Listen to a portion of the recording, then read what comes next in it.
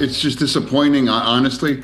I mean, I think that's sad that I think half of my colleagues didn't show up. I mean, that's not a judgment, but for me, it's like, so for me, I think show up. You don't have to clap for everything. You don't have to agree with anything.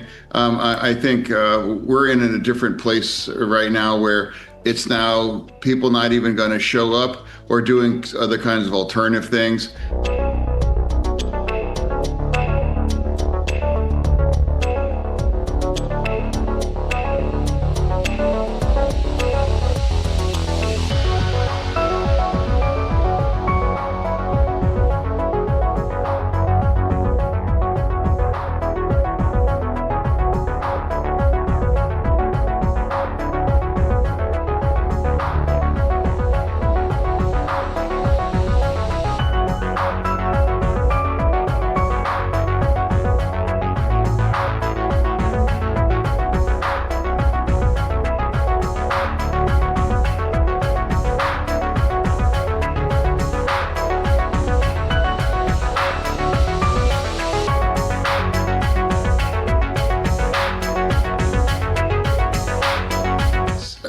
The constant kinds of yelling and screaming and holding up signs and for doing all these things. I don't care if it's a Republican or Democrat as a president. Just don't do that. Don't do that. Respect the office, regardless who's in that.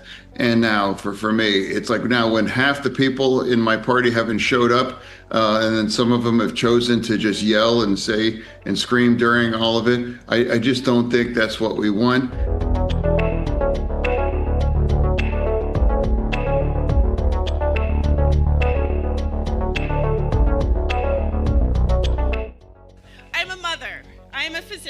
And I have a flag. And I am the proud representative for Oregon's 3rd Congressional District. Yes, thank you. And tonight, I defy Trump and his authoritarian project by standing in joyful, radical, peaceful resistance with the Portland Frog Brigade.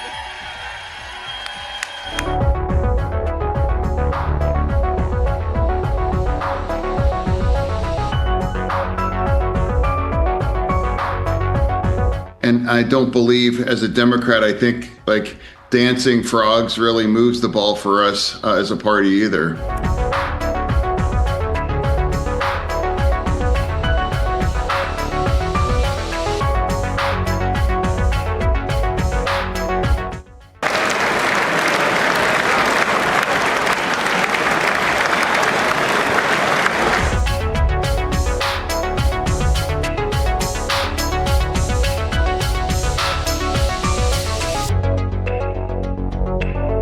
I'm not going to yell or do that. Again, regardless who the president is that, I think that's been lost now here for our nation to do that.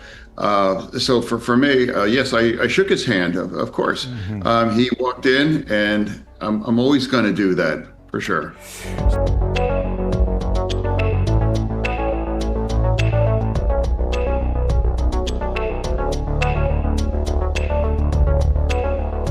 Politically, this speech was a real masterstroke, I think, by Trump, because it was very strategic, and the Democrats made a huge mistake. They took the bait. And as a result, from the clips he played and many more, Americans look at this and they say, no. It is the American government's job to protect us, and we don't, have time for illegal aliens. That's what normal people think. Going into the midterms, all of those images of Democrats carrying on and behaving like this, they took the bait. They didn't offer the president the respect of the office, and they wound up sitting through bits that were moving, that were gracious, that were really important in terms of policy distinctions that should be black and white, and they acted like fools. And this, I think, is really where the midterm election begins. Yeah, I was reading some analysis. Susie Wiles, his chief of staff, says they're going to really put the president front and centre for the midterms race. I mean, he holds the fortunes in their hand. This is their thinking, certainly. Is that what you expect will happen?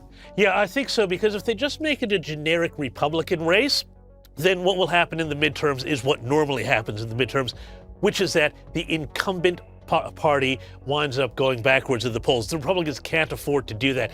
It has to be a referendum on Trump, his personality, and he needs to be out there getting out the vote and getting out the base.